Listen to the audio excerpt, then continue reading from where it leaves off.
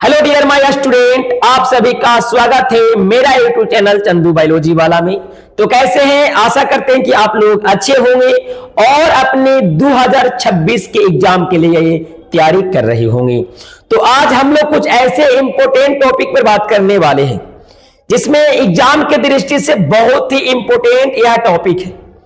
तो अगर यह टॉपिक आपको पहली बार मिल रहा होगा तो मेरे चैनल को सब्सक्राइब जरूर कर लीजिएगा, क्योंकि मैं प्रत्येक दिन इसी तरीका से वीडियो अपलोड करता रहता हूं जिसको आप फायदा उठा करके जिस वीडियो को आप देख करके आप अपने एग्जाम में अच्छे मार्क्स ला सकते हैं। तो चलिए बिना टाइम गवाए हुए हम लोग करते हैं वीडियो को स्टार्ट। तो आज हम लोग जो टॉपिक के बारे में पढ़ने वाले हैं वह टॉपिक एड्स के बारे में है। एड्स होता क्या है, कैसे होता है, उसके बारे में हम लोग पूरी डिटेल में आज हम लोग जानने वाले हैं। तो अगर मेरे YouTube चैनल पर नए होंगे तो मेरे चैनल को सब्सक्राइब जरूर कर दीजिएगा, ताकि मैं इसी तरीका से वीडियो अपलोड करूं तो आपके चैनल के नोटिफिकेशन में सबसे पहले गिरेगा। तो चलिए आइए हम लोग स्टार्ट करते हैं। एड्स क्या है, एड्स क्या होता है? एड्स, सबसे पहले हम लोग एड्स के बारे में जानते हैं। एड्स होता क्या है? तो एड्स एक बीमारी होती है जिसको घातक बीमारी के नाम से भी जाना जाता है। ये पूरे वर्ल्ड का सबसे घातक रोग होता है। एड्स का पूरा नाम एक्वायर्ड इम्यूनोडेफिशिएंसी सिंड्रोम होता है। एड्स का पूरा नाम जो होता है एक्वायर्ड इम्यूनोडेफिशिएंसी सिंड्रोम होता है। चलिए दूसरा टॉपिक बोल रहा है, दूसरा पॉइंट में जूमिंग नहीं होगा इसमें। चलिए दूसरा पॉइंट बोल रहा है कि इसे हिंदी में कहते हैं अतिजर्त प्रतिरक्षा अपूर्ण सिंड्रोम। इसको हिंदी में कहा जाता है, लेकिन आपको ज्यादातर इसके इंग्लिश वाले वर्ड याद रखने हैं। आपको एड्स का पूरा नाम क्या होगा, ये वाला आपको याद करके रखना है। ये बहुत इंपॉर्टेंट है, आपको एग्जाम के दृष्टि से हर एग्जाम में पूछा जाता है कि एड्स का पूरा नाम क्या होता है। तो आपको याद रखना है एक्वायर्ड इम्यूनोडेफिशिएंसी सिंड्रोम। चलिए नेक्स्ट पॉइंट है बोले कि यह एक गंभीर यौन संचरित रोग एसटीडी कहते हैं, जो एचआईवी वायरस, और इसका एचआईवी का फुल फॉर्म होता है ह्यूमन इम्यूनोडेफिशिएंसी वायरस के कारण होता है। अब क्या हो गया, बोल रहा है कि जो आपका एड्स है एक बहुत ही गंभीर बीमारी है। कौन सा बीमारी है? यौन संचरित रोग। यौन संचरित रोग को शॉर्ट में कहा जाता है एसटीडी। इसका फुल फॉर्म होता है सेक्सुअल ट्रांसफर डिजीज। चलिए, और जो आपका जो एड्स हो गया एचआईवी वायरस, यानी कि जो एड्स बीमारी होता है वह आपकी एचआईवी वायरस के कारण होता है। और एचआईवी वायरस का फुल फॉर्म हो गया का ह्यूमन इम्यूनोडेफिशिएंसी वायरस के कारण होता है। चलिए हम अगले लक्षण देखते हैं इसको। अगला पॉइंट में बोल रहा है, बोला कि एचआईवी क्या करता है। जो एचआईवी वायरस है वो क्या करता है मानव के अंदर जब भी वो प्रवेश करता है। तो पहला पॉइंट में है बोला कि एचआईवी हमारे शरीर की प्रतिरक्षा प्रणाली पर हमला करता है, यानी कि जो हम लोग का शरीर में प्रतिरक्षा तंत्र, जिसको हम लोग इम्यूनिटी सिस्टम कहते हैं, जो हमें रोग से लड़ने की ताकत प्रदान करता है, वो ताकत को जो एचआईवी वायरस होता है उसको नष्ट कर देता है। चलिए ऑप्शन नंबर बी में बोल रहा है कि यह विशेष रूप से CD4 कोशिकाओं, जिसको हम लोग हेल्पर टी सेल को नष्ट करता है। यानी कि जो एचआईवी वायरस होता है वो हमारे शरीर के अंदर दो कोशिका उपस्थित होती है, जिसका एक का नाम है टी लिम्फोसाइट और एक का नाम है बी लिम्फोसाइट। और जो एचआईवी वायरस होता है वह आपकी टी हेल्पर कोशिका या हेल्पर टी कोशिका पर आक्रमण करके उसे नष्ट कर देता है, जिसको शॉर्ट में CD4 के नाम से जानते हैं। चलिए अगला पॉइंट है, बोला कि जब CD4 कोशिकाएं कम हो जाती है तो शरीर संक्रमण एवं बीमारियों से लड़ नहीं पाता है। यानी कि हमारे शरीर के अंदर CD4 कोशिका जो होती है, अगर उसकी संख्या कम जाती है तो हमारा शरीर रोगों से लड़ नहीं पाता है। रोगों से लड़ क्यों नहीं पाता है कि आपका जो CD4 कोशिका होता है उसको हम लोग टी हेल्पर कोशिका कहते हैं, और जो टी हेल्पर कोशिका होता है वह बी लिम्फोसाइट को एंटीबॉडी बनाने के लिए प्रेरित करता है, और जब एंटीबॉडी बनता है तो हम रोगों से लड़ पाते हैं। और जब टी लिम्फोसाइट बी लिम्फोसाइट को एंटीबॉडी बनाने के लिए टी लिम्फोसाइट प्रेरित करता है, और जो आपका HIV वायरस होता है वह टी लिम्फोसाइट को ही नष्ट कर देता है। और जब टी लिम्फोसाइट नष्ट हो जाएगा तो बी लिम्फोसाइट के पास सूचना नहीं जा पाता है, तो एंटीबॉडी नहीं बन पाता है, जिसके कारण हम रोगों से ग्रसित हो जाते हैं और हम बीमार हो जाते हैं। चलिए नेक्स्ट आपका अगला पॉइंट है, बोला कि लंबे समय तक HIV होने पर व्यक्ति को एड्स रोग हो जाता है। यानी कि उस व्यक्ति के अंदर HIV वायरस अगर प्रवेश कर गया है, अगर वो नष्ट हो जाता है तो वह व्यक्ति एड्स रोग से बच सकता है। और अगर वही वायरस लगातार कई दिनों तक, कई महीनों तक रह जाती है तो वह व्यक्ति एड्स रोग से ग्रसित हो जाता है। चलिए नेक्स्ट अगले पॉइंट देखेंगे। अगला पॉइंट है, बोला कि HIV या एड्स का फैलाव कैसे होता है। जो एड्स वाला वायरस है या एड्स बीमारी हो गया वह फैलता कैसे है, फैलने का कारण क्या है उसका। तो पहला पॉइंट में बोल रहा है, पहला पॉइंट, क्योंकि HIV केवल कुछ खास तरीकों से फैलता है। यानी कि जो आपका एड्स रोग, जो HIV वायरस होता है, उसके फैलने के कुछ निश्चित कारक है, उसी के द्वारा फैल सकते हैं।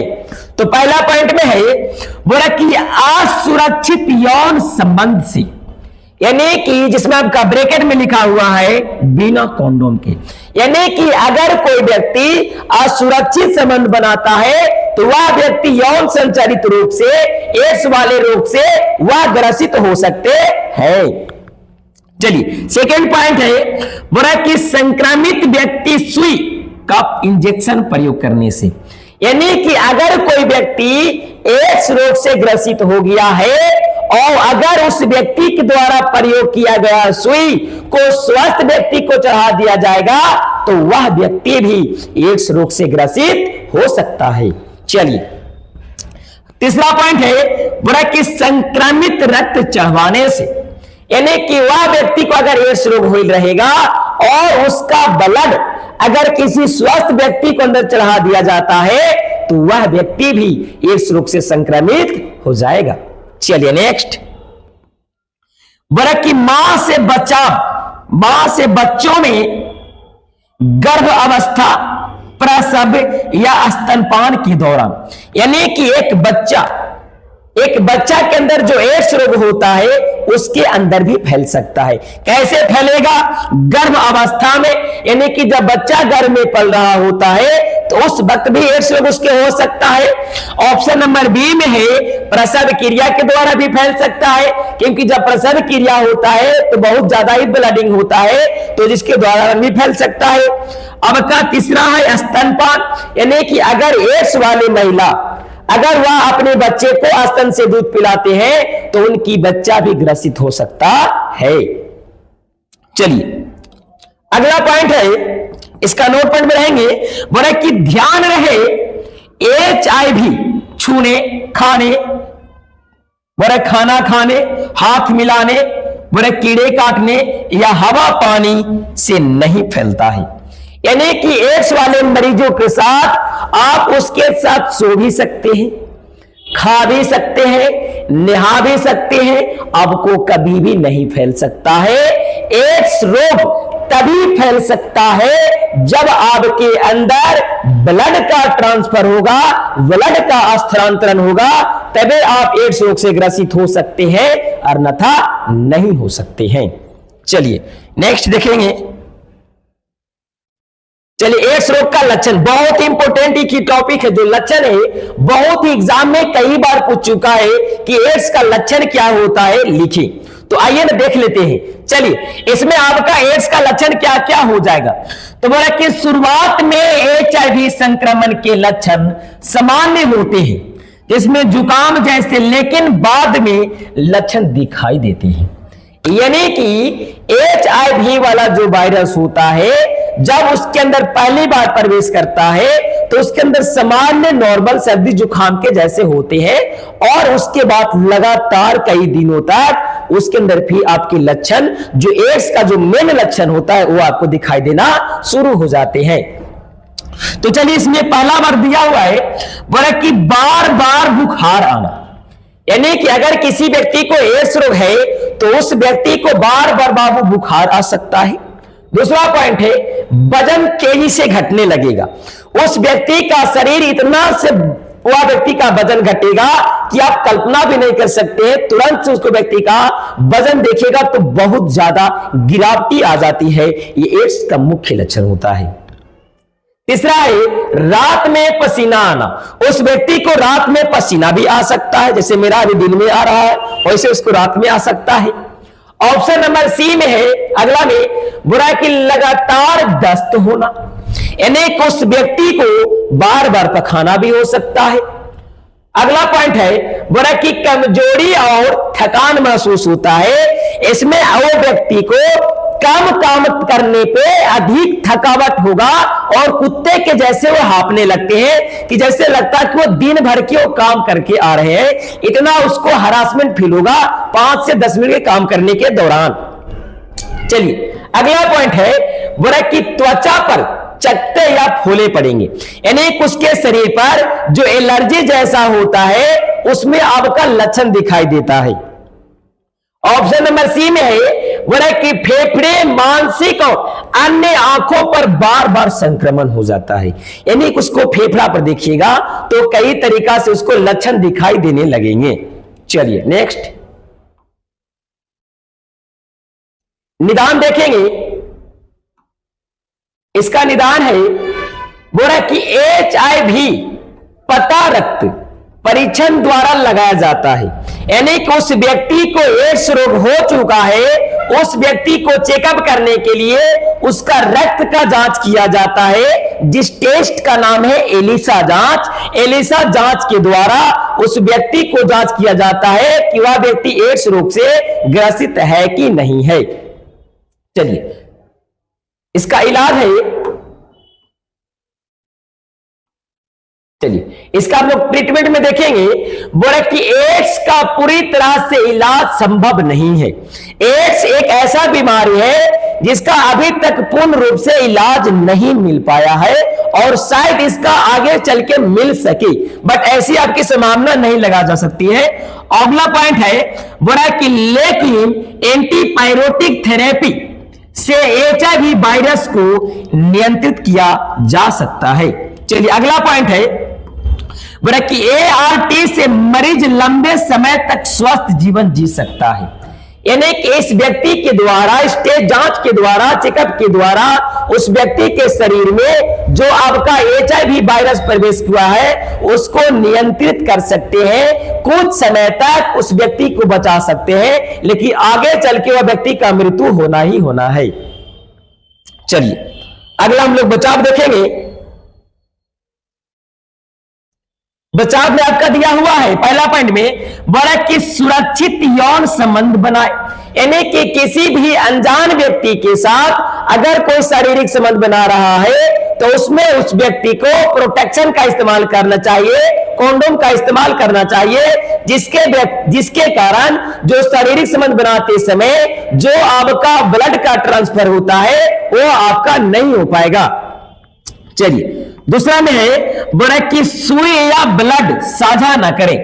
यानी कि संक्रमित व्यक्ति से ब्लड का आदान प्रदान नहीं करें, और उस व्यक्ति के द्वारा प्रयोग किए गए सुई का भी प्रयोग आप नहीं कर सकते हैं। चलिए ऑप्शन नंबर अगला पॉइंट में है, बोला कि रक्त चढ़ाते समय जांच कर ली। यानी कि जब भी आप किसी व्यक्ति का रक्त अपने शरीर में चढ़वा रहे हैं तो उस व्यक्ति का रक्त को जांच करके पता लगा ले उसके कोई ऐसे खतरनाक बीमारी तो ना हो चुके हैं जिसके कारण उनको जो चढ़ाने वाला व्यक्ति का भी मृत्यु हो सकता है। तो रक्त की जांच करना अति आवश्यक होता है। चलिए चौथा पॉइंट है, बोला कि गर्भवती HIV संक्रमित महिला का इलाज कराएं ताकि बच्चों में वायरस ना फैले। यानी कि जब महिला प्रेग्नेंट होती है और प्रेग्नेंट में उसकी मां अगर HIV वायरस से संक्रमित है तो उसकी बच्चे को इलाज करना गर्भ में ही अति आवश्यक होता है, जिससे उसका बच्चा एड्स रोग से संक्रमित नहीं हो पाता है। चलिए हम लोग 5वां पॉइंट देखेंगे और यह का लास्ट पॉइंट है, बोला कि HIV वायरस को नियमित जांच करवाएं यदि खतरे वाली स्थिति हो। यानी कि उस व्यक्ति को ऐसा पता लगे कि एड्स रोग होने की संभावना है, एड्स का कुछ लक्षण दिखाई दे रहा है, तो उस व्यक्ति को एड्स वाला का चेकअप जरूर करा लेनी चाहिए। चलिए निष्कर्ष बोला कि एड्स एक खतरनाक बीमारी है, लेकिन जागरूकता, सावधानी और समय पर इलाज से HIV संक्रमित व्यक्ति को लंबे समय तक सामान्य जीवन जी सकता है। यानी कि अगर कोई व्यक्ति एड्स रोग से बचना चाहता है तो एड्स रोगों के बारे में लोगों को जानकारी देना है, जागरूक करना है और उसको सावधानी बरतना है कि कौन से ऐसे कार्य नहीं करेंगे जिससे एड्स रोग नहीं हो सकता है। तो इस वीडियो के इसी के पास हम एंड करेंगे और इस वीडियो को अपने दोस्तों तक जरूर फैलाइएगा, क्योंकि इस वीडियो एक ऐसा वीडियो नहीं आपको जीवन का एक अच्छा राह जीने के सिखा सकता है। तो अगर मेरे YouTube चैनल पर नए होंगे तो मेरे चैनल को सब्सक्राइब जरूर कर लीजिएगा और चैनल को सब्सक्राइब करके बेल आइकन पर क्लिक कर दीजिएगा, ताकि मैं इसी तरीका से प्रत्येक दिन जो वीडियो लाते रहता हूं आपको जरूर मिलेगा। थैंक यू सो मच, मिलते हैं नेक्स्ट वीडियो में।